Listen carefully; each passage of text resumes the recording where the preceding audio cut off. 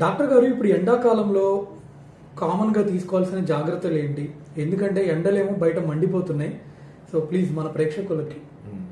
So ఇది అందరికి తెలిసిన మాటే, కానీ దాని ఒక క్లియర్ గా నేను జస్ట్ చెప్తున్నాను అంతే.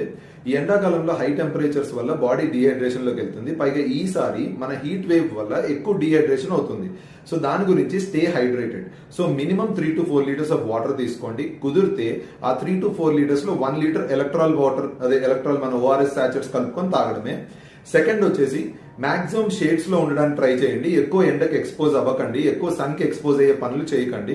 ఒకవేళ సన్ కి ఎక్స్పోజ్ అయ్యే పనులే మాయి అంటే యూస్ జస్ట్ అంబ్రిల్లా కానీ క్యాప్స్ కానీ అలా కొద్దిగా ఎక్కువ ఎండ ఇంపాక్ట్ పడకుండా చూసుకోండి. అండ్ థర్డ్, మంచి స్లీప్ ఉండాలి. సో సరైన స్లీప్ ఉంటే dehydration chances and heat stroke chances and heat exhaustion chances అనేవి తక్కువ ఉంటాయి. సో హైడ్రేట్ అవ్వండి, షేడ్స్ ఎక్కువ వాడుతూ ఉండండి, అండ్ అన్నిటికన్నా మెయిన్ స్లీప్ బాగుండాలి. Thank you.